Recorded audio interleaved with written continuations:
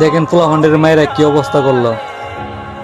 এই জায়গার মধ্যে গ্যাং লিডার, তারপরে কিশোর গ্যাং, ছিনতাইকারী এগুলো আইসা দেখেন মানে আপনার সুডো আরো একটা নেতরফর মধ্যে জড়াইয়া কি মাইটটা মারলো মানে এই ছেলেটিকে। আর আমরা এই জায়গাতে দাঁড়ায় দেখছিলাম, তারপরে আমাদেরকেও মানে এই জায়গাতে আক্রমণ করেছে, আমরা অনেক মারধর করছে। মানে কি কমো মানে গলার কিতা কমো, মানে এত মানে বাজে অবস্থা। মানে এনে কোনো আপনার কোনো বিচার শাসন টাসন কোনো কিছু নেই, কার কথাই মানে কেউ শোনে না। এন ওই যে সাদা কাপড় যে পরে লাগছে ওইলো গ্যাং লিডার।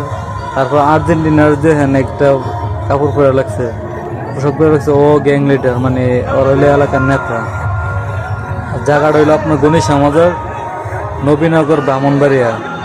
আর বাকি জায়গাটা আমি বলতেছি, আমার মনে হয় বড়ি এখান দিয়ে পশ্চিম পাড় হতে পারে, এদিকে আশেপাশে গ্রামেরই গণেশ মাজারের পাশে।